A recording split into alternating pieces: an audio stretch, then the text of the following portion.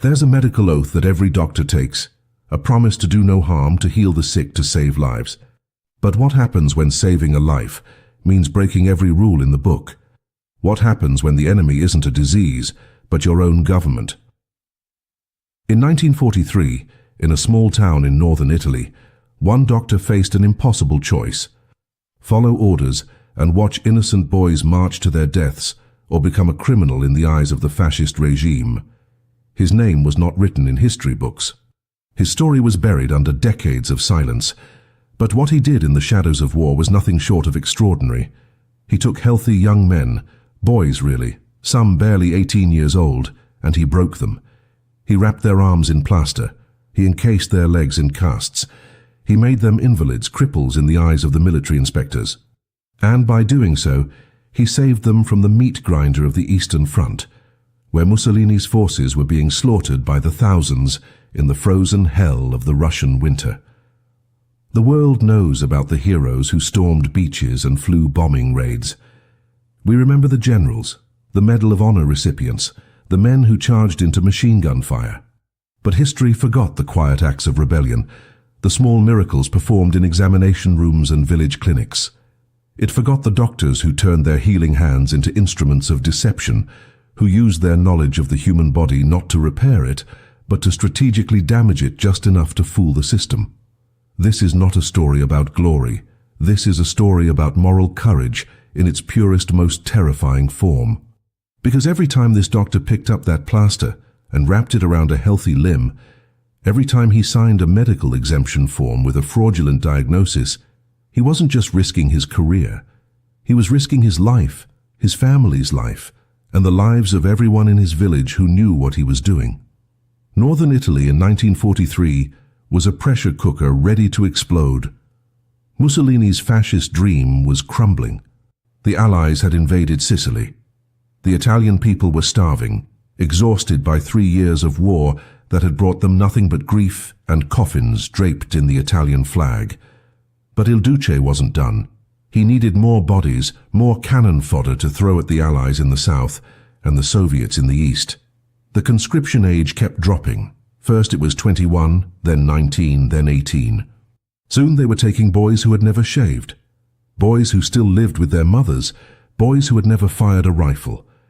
In the villages and small towns scattered across the Po Valley and the foothills of the Alps, families lived in terror of the knock on the door, the official letter with the government seal, the summons that meant their son had 72 hours to report to the nearest military depot. The recruitment system was brutal in its efficiency. Every young man of age had to present himself for a medical examination. A military doctor would inspect him, check his reflexes, his eyesight, his teeth like he was livestock at auction. If you were breathing and had 2 working legs, you were fit for service. There were no exemptions for being an only son. There were no exemptions for having a sick mother or a farm that would collapse without you. The only thing that could save you was a legitimate medical condition, something documented, something visible, something the military doctors couldn't dispute: a missing limb, tuberculosis, severe epilepsy, or a broken bone that hadn't healed properly, leaving you permanently disabled. This is where our doctor enters the story, though we must be careful even now, 80 years later, about using his real name. Some secrets remain dangerous. Some truths are still protected by the families who lived them. What we know is this: he was in his late 30s, trained in orthopedics at the University of Bologna, and he had returned to his hometown to practice medicine among the people he had grown up with. He knew every family in the surrounding villages. He had delivered their babies, set their broken bones, sat at their kitchen tables drinking bitter coffee and homemade grappa. And when the war came, when the recruitment officers started arriving with their lists and their quotas, these families came to him with desperate eyes and trembling hands, begging him for the one thing he could give them that no one else could: a way out.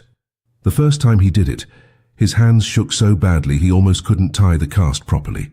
The boy was 17, the youngest son of a farmer who had already lost 2 boys at El Alamein in the North African desert.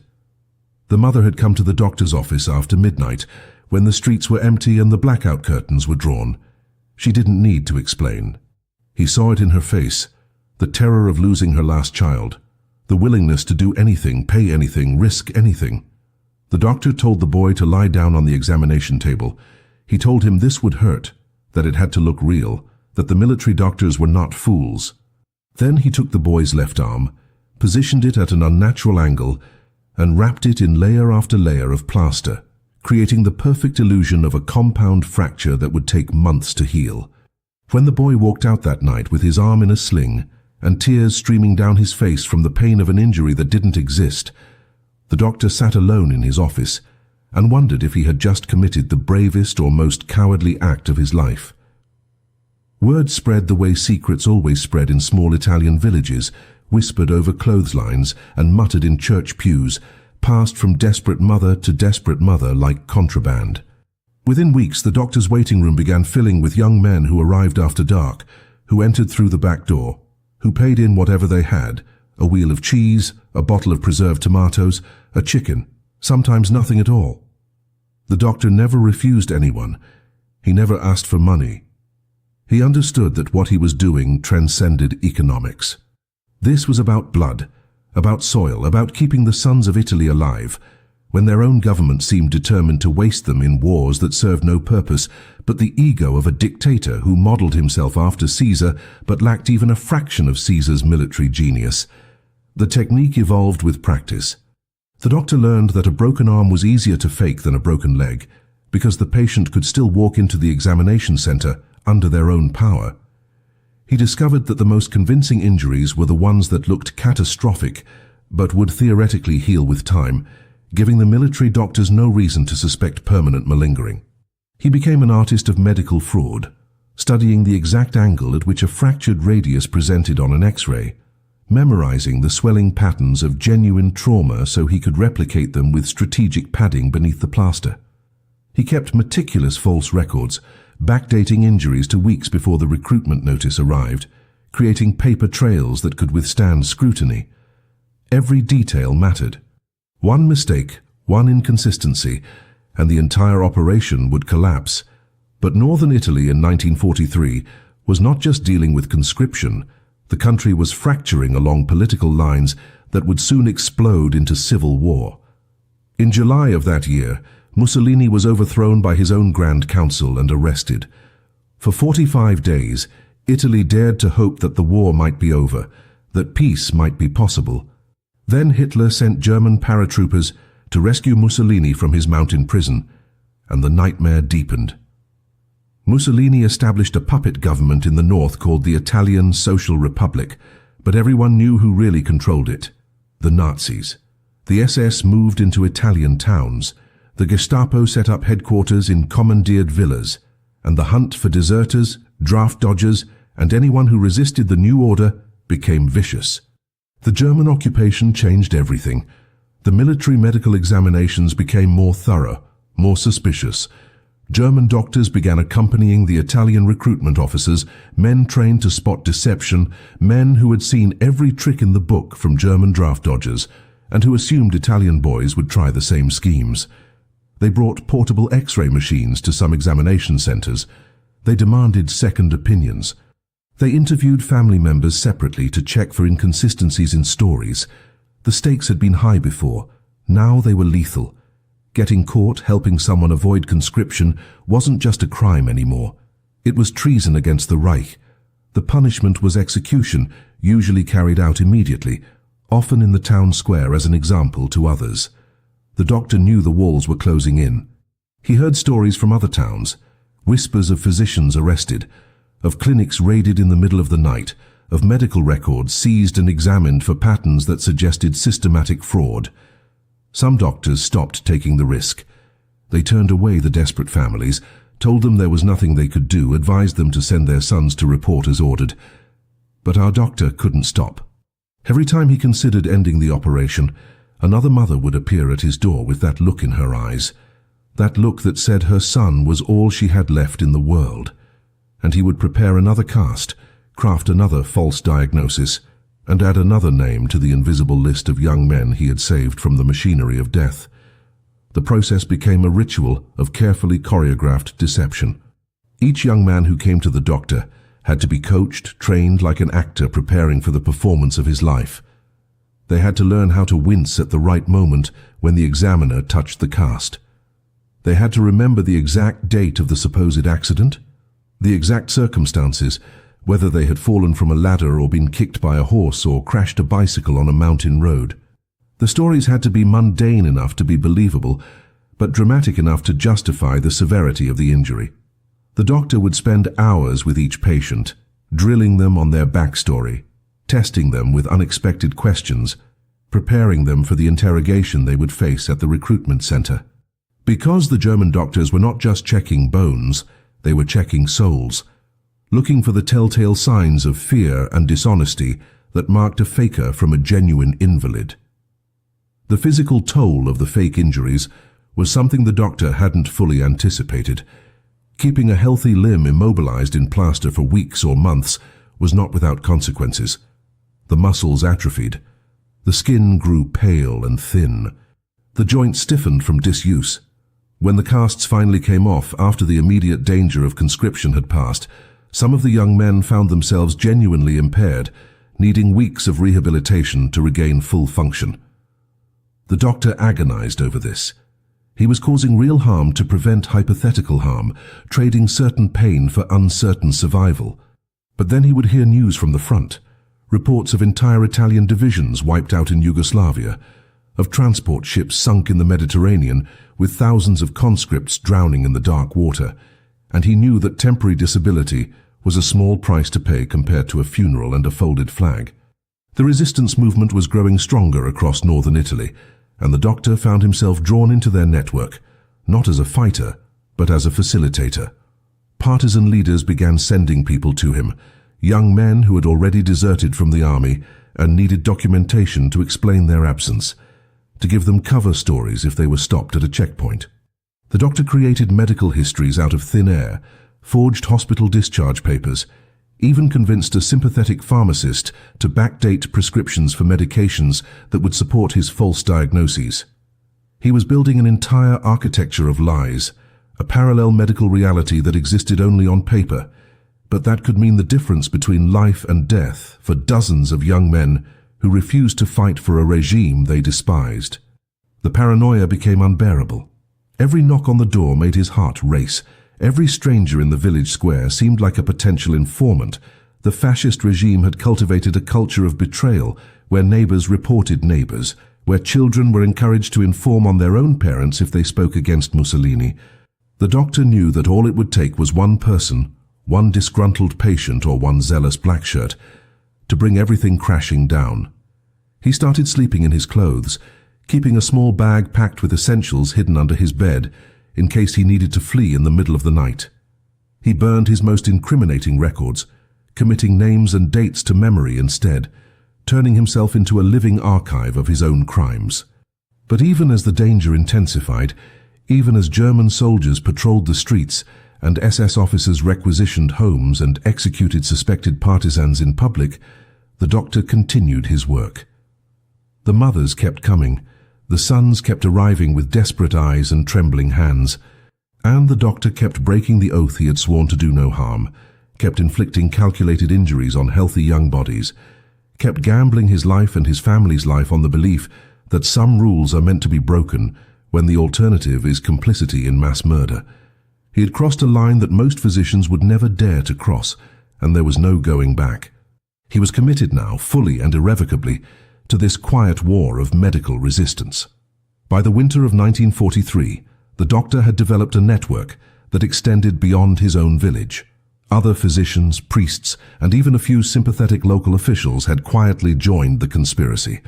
They created an underground railroad of sorts, where young men could be shuffled between towns, their medical records following them, their injuries documented by multiple sources to create an unassailable paper trail. A boy who received his cast in one village would get his follow-up examination in another, his x-rays taken in a third location, all coordinated to make it appear as though multiple independent medical professionals had confirmed the severity of his condition. The beauty of this system was its redundancy. Even if one doctor was arrested, even if one set of records was seized, the others could corroborate the story. The Germans would have to prove a conspiracy that spanned multiple towns and involved dozens of people. a nearly impossible task in a region where loyalty to the regime was already threadbare. The winter brought new challenges that the doctor hadn't foreseen. The cold made the plaster casts more uncomfortable, more painful, and some of the young men began to crack under the strain. One boy, barely 19, showed up at the doctor's office in the middle of the night, begging to have his cast removed early. He couldn't sleep, he said. The itching was driving him mad. His mother was suspicious. His friends were asking questions. The doctor refused. He explained with brutal honesty that premature removal would invalidate the entire deception, that the boy would be called back for re-examination, that the military doctors would smell the fraud immediately. The boy left angry, resentful, but the cast stayed on. 2 weeks later, the doctor learned that the boy's best friend, who had reported for duty as ordered, had been killed in a training accident before he even reached the front. The friend had been 18 years old, had never fired a shot in combat, had died when a truck carrying recruits skidded on ice and plunged into a ravine. When the boy with the fake cast heard the news, he came back to the doctor's office and wept, and thanked him, and never complained about the itching again. The moral calculations became increasingly complex. The doctor wasn't just saving individual lives anymore. He was making choices about who deserved to be saved and who didn't. Families with connections, with resources, with the knowledge that this option even existed, they came to him first. But what about the poorest families? The ones who didn't know that help was available? The ones who suffered in silence and sent their sons to war because they believed there was no alternative? The doctor tried to spread the word discreetly, tried to reach out to the most vulnerable families through trusted intermediaries, but he knew he couldn't save everyone. The guilt ate at him. Every time he learned that another local boy had been killed at the front, he wondered if that boy had ever heard about the doctor who could make injuries appear, if that boy's family had been too proud or too frightened to ask for help. The German occupation forces were tightening their grip on daily life throughout northern Italy. Curfews were enforced with lethal force. Food rations were cut to near starvation levels. Random searches became routine, with soldiers bursting into homes without warning to look for weapons, contraband, or evidence of resistance activity. The doctor's office was searched twice in the span of 3 weeks. The first time, the Germans were looking for medical supplies they suspected were being diverted to partisan fighters in the mountains. The second time, they were looking for hidden Jews, as the roundups had begun in earnest and any home could be sheltering refugees. Both times the doctor stood by calmly, his false records hidden in plain sight among thousands of legitimate patient files, his heart pounding so hard he thought it might be visible through his shirt. Both times, the Germans found nothing suspicious and left. But the message was clear. No one was safe, no place was sacred, and the net was tightening. The psychological toll on the doctor was immense. He stopped sleeping through the night. He developed a nervous habit of checking and rechecking his records, obsessively verifying that every date aligned, that every signature was consistent, that there were no gaps or inconsistencies that could raise suspicion. He avoided social gatherings where people might ask too many questions. He became paranoid about who knew what, constantly worried that his network was too large, that too many people were aware of what he was doing, that someone would talk under torture or would betray him for a reward. The fascist government had begun offering bounties for information leading to the arrest of resistance members and their collaborators. The price on a doctor who was systematically defrauding the military conscription system would be substantial. Every conversation felt like a potential trap. Every patient felt like a potential informant. Trust became the scarcest commodity in a world where betrayal meant survival.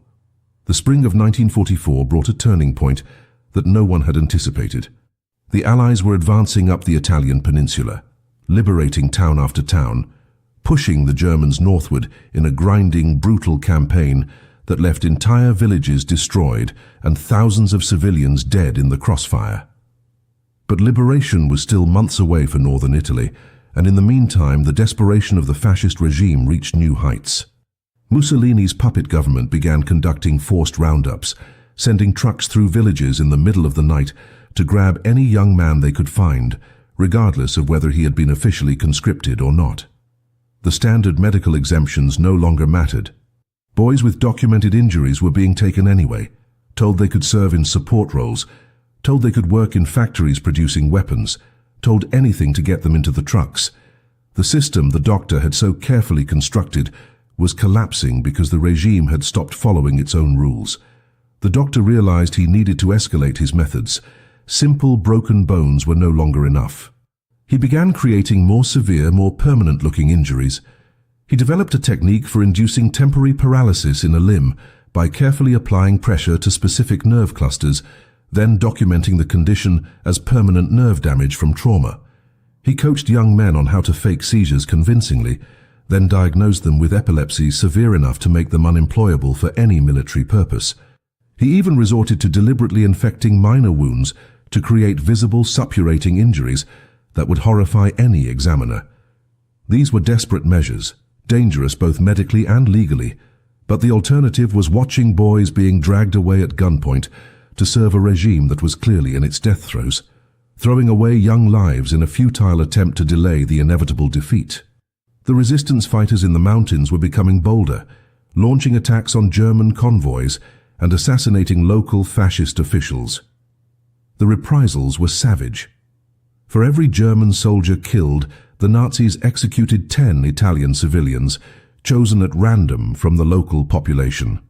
The doctor treated the survivors of these massacres, the wounded who had been left for dead, and each one reinforced his conviction that what he was doing was not just justified, but necessary. These were not abstract moral questions anymore. This was a clear choice between complicity and resistance, between saving lives and preserving a corrupt system. The Hippocratic Oath said do no harm, but what greater harm could there be than allowing young men to be fed into a war machine that served no purpose but the vanity of tyrants? The network of collaborating physicians began to fracture under the pressure. One doctor in a neighboring town was arrested after a patient under interrogation revealed that his injury had been fabricated. The doctor was tortured for 3 days to extract the names of others involved in the conspiracy, but he gave up nothing. On the 4th day, he was hanged in the town square, his body left dangling from a lamppost as a warning. The message was received. 2 other doctors immediately ceased all activities related to fake medical exemptions. They burned their records, destroyed their correspondence, and refused to see any more young men seeking help. The doctor couldn't blame them. They had families, children, lives they wanted to preserve. But their withdrawal meant that more desperate families were now coming to him, that the burden was concentrating on fewer and fewer people willing to take the risk.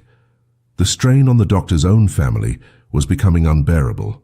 His wife knew what he was doing, had known from the beginning, but the constant fear was destroying her health.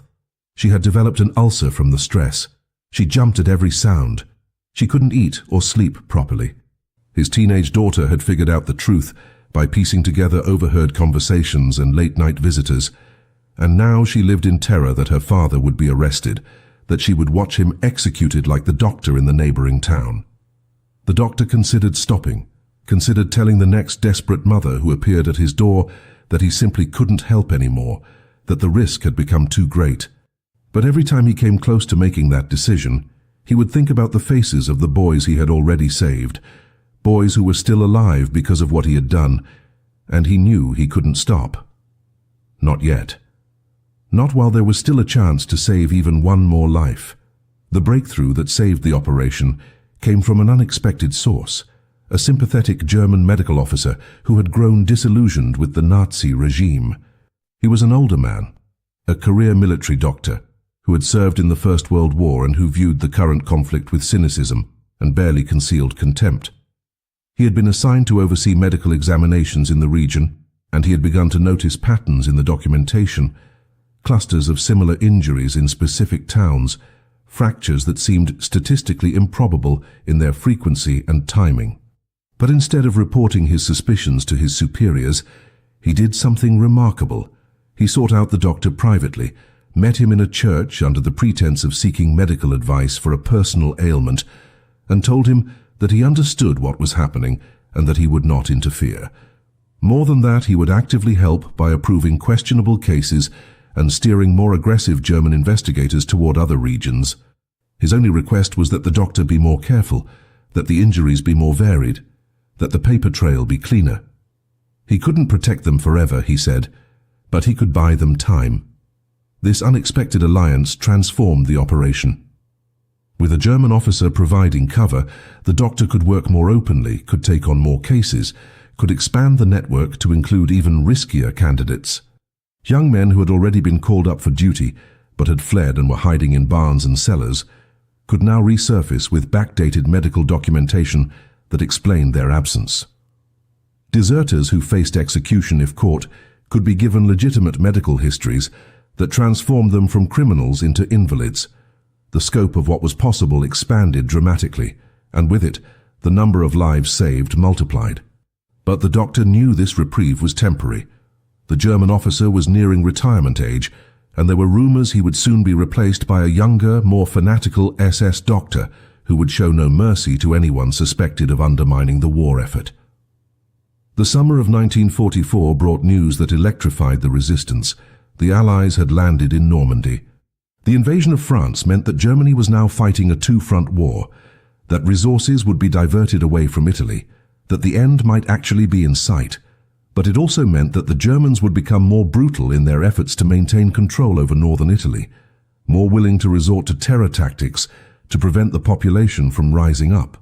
The doctor witnessed this firsthand when German troops burned an entire village to the ground after weapons were discovered hidden in a church. Every man over the age of 15 was executed. The women and children were left to wander the countryside with nothing but the clothes on their backs. The message was clear: resistance would be met with annihilation. The doctor's own moment of greatest danger came in late August. A young fascist official, ambitious and eager to prove his loyalty to the regime, had been conducting his own investigation into irregularities in medical exemptions. He had compiled a list of doctors whose patients showed suspicious patterns, and the doctor's name was at the top. The official appeared at the clinic unannounced with 2 armed black shirts and demanded to see all medical records from the past 18 months. The doctor had no choice but to comply. He led them to his filing room, his mind racing through calculations of what they might find, which cases might appear suspicious, whether the altered dates and forged signatures would withstand scrutiny. The official spent 3 hours going through files, asking pointed questions, taking notes. The doctor answered each question with practiced calm, providing medical explanations for every anomaly, citing standard orthopedic protocols, never wavering in his performance. Finally, the official closed the last file, looked the doctor in the eye, and said he would be conducting follow-up interviews with several patients to verify their stories. The next 72 hours were the longest of the doctor's life. He couldn't warn the patients without exposing himself. He couldn't flee without abandoning his family and confirming his guilt. He could only wait and hope that the young men he had coached so carefully would remember their training, would stick to their stories, would withstand interrogation by a suspicious official looking for any inconsistency. On the 3rd day, word came through the network. The fascist official had been killed by partisan fighters while traveling to conduct his interviews. His vehicle had been ambushed on a mountain road, and he and his black shirt escorts had been executed. The investigation died with him. The doctor's records were returned to his office unopened. He had been saved not by his own cleverness or by divine intervention, but by the violent resistance of men who killed to protect the network of deception that kept their brothers and sons alive. The autumn of 1944 marked the beginning of the end for Mussolini's puppet regime, but it was also the most dangerous period for anyone involved in resistance activities. The Germans knew they were losing Italy, and they responded with a scorched earth mentality, determined to extract maximum value from the region before retreating northward. Forced labor conscription intensified beyond anything seen before. Young men were no longer being recruited just for military service, but for work battalions that would build fortifications, dig trenches, and serve as human shields during retreats. The medical exemptions that had once been respected were now routinely ignored. German officers would arrive at hospitals and clinics, review the lists of men classified as unfit for service, and simply declare them fit enough for labor duty. The doctor watched in horror as several of his patients, young men with legitimate casts and documented injuries, were dragged from their homes and forced onto trucks headed for the Austrian border, where massive defensive works were being constructed in anticipation of the Allied advance. The doctor realized that his careful system of fake injuries was becoming obsolete, that the regime had abandoned even the pretense of following medical protocols. He made a decision that would have seemed unthinkable a year earlier. He would need to make some of his patients genuinely, visibly, undeniably disabled in ways that even the most brutal labor conscription officer couldn't ignore. He began performing minor but permanent procedures, small surgeries that would leave visible scarring and functional impairment. He would make precise incisions on tendons that would heal poorly, creating permanent weakness in a hand or foot. He would remove small sections of bone that would cause a limp that could never be fully corrected. These were not life-threatening injuries, but they were irreversible, and they transformed healthy young men into people who could legitimately claim disability. Each time he performed one of these procedures, he felt like he was betraying everything he had been trained to do, but he also knew that a permanent limp was better than death in a forced labor camp or execution as a deserter. The Allied advance had stalled south of Florence, bogged down by German defensive lines and brutal winter weather. Northern Italy would not be liberated for many more months, which meant the doctor would have to continue his operation through another winter of occupation, another season of fear and deprivation and constant danger. Food was becoming scarce even for those with money. The Germans were requisitioning everything they could carry, leaving the civilian population to survive on whatever scraps remained. The doctor often went hungry so that his supplies of plaster and medical materials wouldn't run out. He bartered with farmers for raw materials, trading his services for the gypsum and cloth he needed to continue making casts. Every resource was precious. Every decision was a calculation of competing needs and limited options. The network of resistance-supporting physicians had been reduced to just a handful of people still willing to operate. Most had either been arrested, had fled to the mountains to join the partisans, or had simply stopped out of self-preservation. The doctor found himself almost alone, fielding requests from an ever-widening area as desperate families traveled from villages dozens of miles away seeking his help. He was exhausted, running on fear and adrenaline, and the grim determination that had sustained him for more than a year. His hands shook when he applied the casts now, not from nervousness, but from malnutrition and lack of sleep. His wife begged him to stop, to flee with her and their daughter to Switzerland where they might find refuge, but he refused. There were still boys to save, still families depending on him, still a few more months before liberation might come. The German medical officer who had been protecting him was transferred away in November, replaced by exactly the kind of fanatical young SS doctor they had feared. This new officer was efficient, ruthless, and deeply suspicious of the high rate of medical exemptions in the region. He announced that all previous exemptions would be reviewed, that new examinations would be conducted under direct German supervision, and that any doctor found to have issued fraudulent medical certificates would be subject to immediate military tribunal and execution. The walls were closing in. The doctor knew that his time was running out, that the protection he had enjoyed was gone, and that his next fake diagnosis might be his last. But even knowing this, even understanding that he was likely walking toward his own destruction, he couldn't stop. 3 more boys came to him in the first week of December. 3 more casts were applied, 3 more lives were saved, and 3 more crimes were added to the invisible ledger that would either condemn him or redeem him, depending on who won the war. The crisis came on a frozen morning in mid-December, when the new SS medical officer arrived at the clinic with a full detachment of soldiers and announced a complete audit of all medical records dating back 2 years. This was not a random inspection. This was a targeted investigation, and the doctor knew immediately that someone had talked, that his name had been given up under interrogation or sold for a reward. The SS officer was methodical and unhurried, going through files with the precision of a man who had done this before, who knew exactly what patterns to look for, what inconsistencies would reveal fraud. He pulled aside dozens of files, stacking them on the doctor's own desk, cases involving young men of military age with conveniently timed injuries that had kept them out of service. He asked the doctor to explain the statistical anomaly of so many orthopedic injuries in such a small area. He asked why the doctor's patients seemed to recover so slowly compared to patients treated by other physicians in the region. Each question was a trap, each answer scrutinized for hesitation or contradiction. The doctor maintained his composure through 3 hours of interrogation, providing technical explanations, citing medical literature, attributing the patterns to local factors like poor nutrition, affecting bone healing, and the mountainous terrain leading to more accidents. But he could see in the SS officer's eyes that none of it was working, that the man had already made up his mind and was simply building a case that would justify the arrest he intended to make. Then the officer did something unexpected.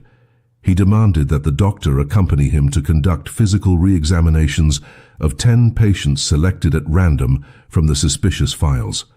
They would visit these patients unannounced, remove their casts if necessary, and verify whether the injuries were genuine. If even one case proved to be fraudulent, the officer said, the doctor would be arrested immediately and the patients would face charges of desertion and conspiracy. The doctor had no choice but to agree, knowing that at least half of the 10 names on the list were young men with completely fabricated injuries. The first 3 home visits revealed nothing incriminating, because those patients happened to have genuine injuries that the doctor had legitimately treated. But the 4th name on the list belonged to a boy whose arm had been perfectly healthy when the doctor had encased it in plaster 6 weeks earlier. As they drove to the farmhouse where the boy lived with his family, the doctor's mind raced through scenarios, trying to think of some way to warn the boy, some signal he could give that would prepare him for what was coming. But the SS officer kept the doctor in his sight at all times, clearly anticipating any attempt at communication. When they arrived at the farmhouse and the officer ordered the boy to present himself, the doctor saw raw terror in the young man's eyes. The officer demanded that the cast be removed immediately so he could examine the injury. The doctor had no tools with him, no saw to cut through the plaster. The officer didn't care. He ordered one of his soldiers to smash the cast with the butt of a rifle. What happened next was something the doctor would remember for the rest of his life.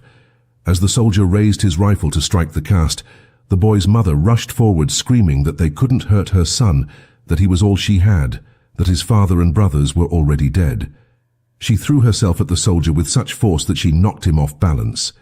In the chaos that followed, the boy broke free and ran, sprinting across the frozen fields toward the tree line where he might disappear into the forest. The SS officer drew his pistol and fired 3 times. The first shot missed. The second shot hit the boy in the leg, sending him tumbling into the snow.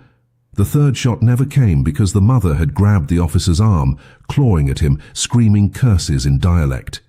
The officer struck her in the face with his pistol, knocking her unconscious, then turned to his soldiers and ordered them to retrieve the boy. They dragged him back, bleeding and sobbing, and forced him to sit on the frozen ground while they smashed the cast with their rifle butts. When the plaster fell away, it revealed an arm that was pink and healthy, slightly atrophied from weeks of immobilization, but showing no signs of any fracture, no bruising, no swelling, nothing that would indicate a genuine injury. The SS officer turned to the doctor with a look of cold satisfaction and said simply that the audit was over, that he had seen enough, and that the doctor would be placed under arrest pending a full investigation and military tribunal. The soldiers bound the doctor's hands with wire and forced him into their vehicle.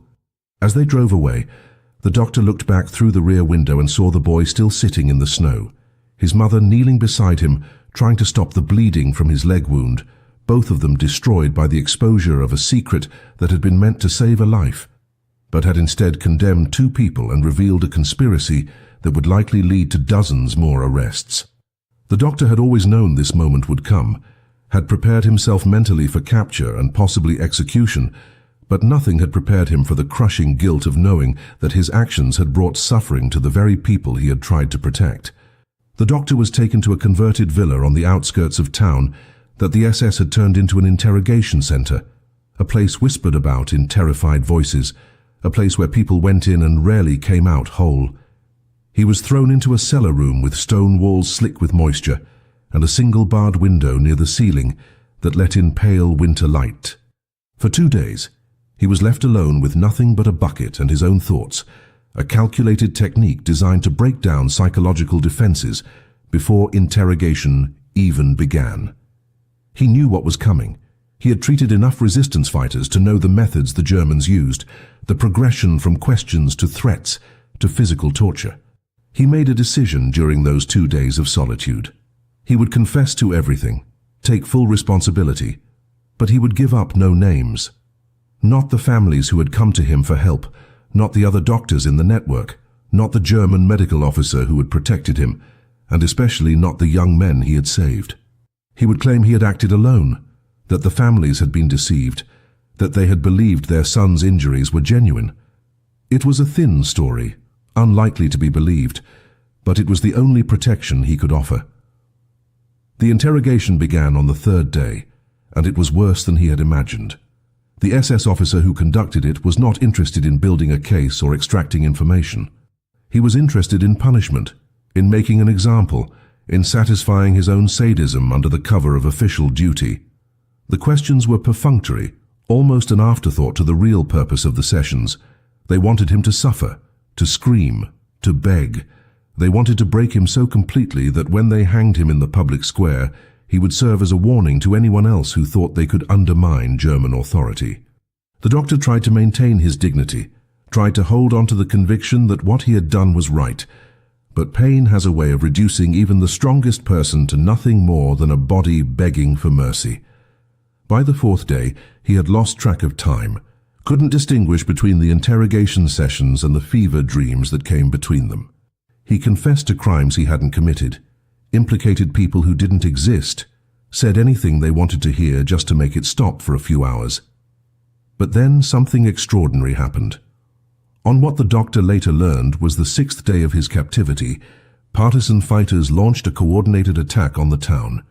They had received intelligence about the interrogation center and the prisoners being held there, and they mounted a raid specifically designed to liberate them before they could be executed or transported to concentration camps in Germany.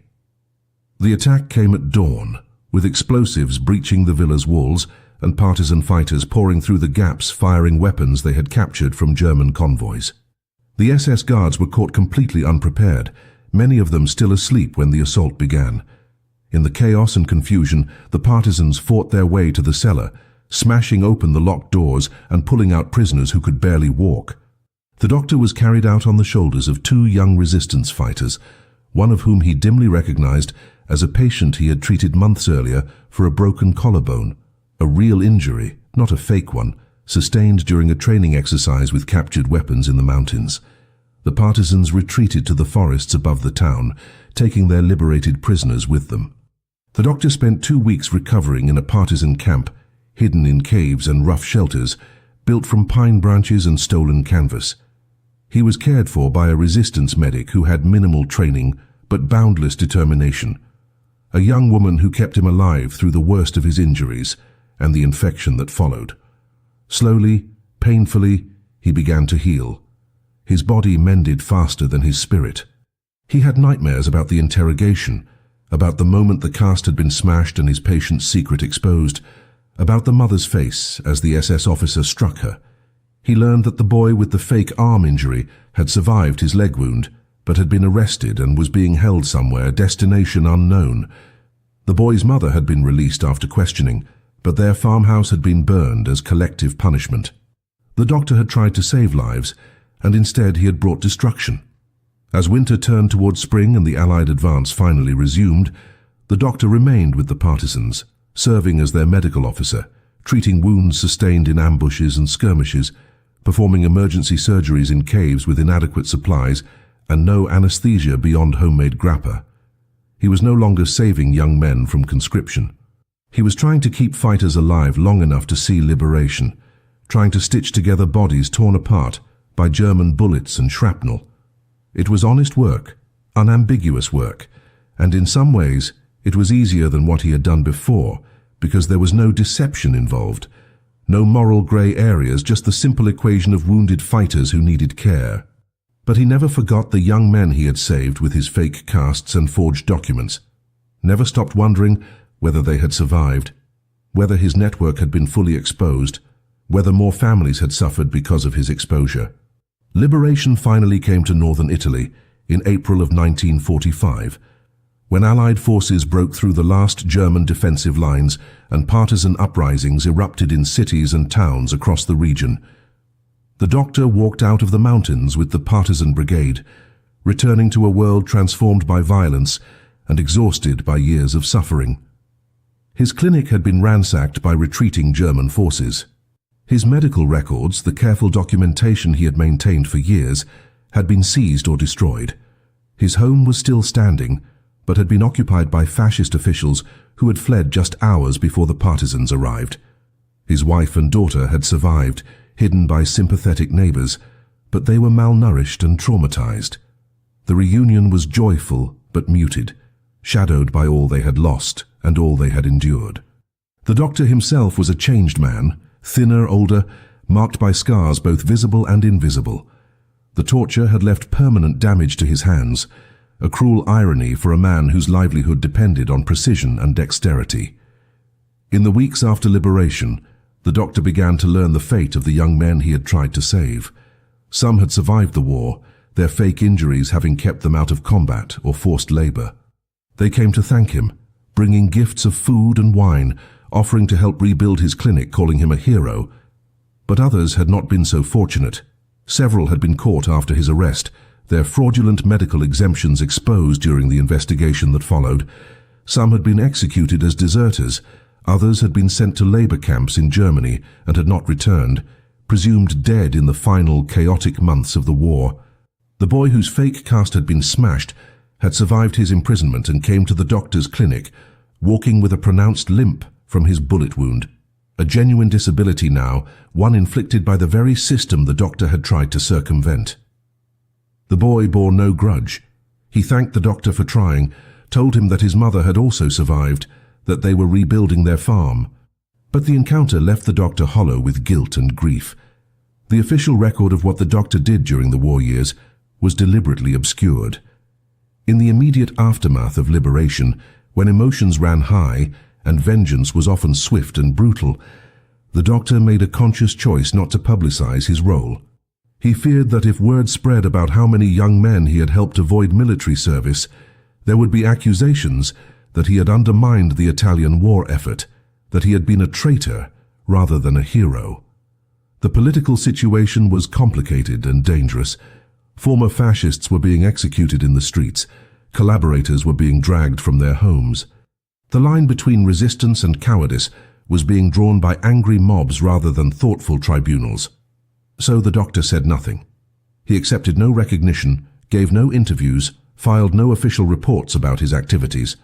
The few people who knew the full truth kept silent out of respect for his wishes. The story was buried under the rubble of war, forgotten in the celebration of liberation and the hard work of reconstruction. For decades, the story remained hidden. The doctor returned to practicing medicine, treating the broken bodies and traumatized minds of a population that had endured occupation, civil war, and famine. He never spoke publicly about what he had done, not even to his own children when they were old enough to understand. Some of the young men he had saved went on to become teachers, farmers, shopkeepers, fathers, and grandfathers.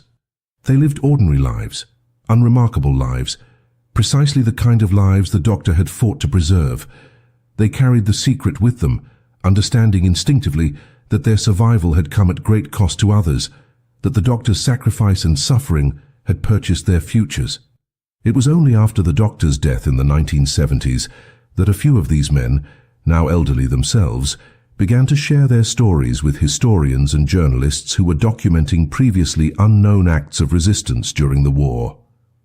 The doctor's story matters because it reveals a truth about moral courage that is often overlooked in our worship of conventional heroes. We celebrate the soldiers who stormed beaches and the resistance fighters who planted bombs, but we forget the quiet acts of civil disobedience performed by ordinary professionals who used their skills and positions to undermine unjust systems. The doctor broke his oath to do no harm by inflicting calculated injuries on healthy young men, but in doing so, he prevented far greater harm. He violated the laws of a fascist regime to honor a higher law, the fundamental human obligation to preserve life when governments demand death. His story was buried not because it was shameful, but because it was dangerous, because it challenged the neat categories of patriotism and duty that nations use to justify sending young men to war. Even now, 80 years later, We struggle to fully acknowledge the moral complexity of what he did, the impossible choices he faced, and the price he paid for choosing compassion over compliance.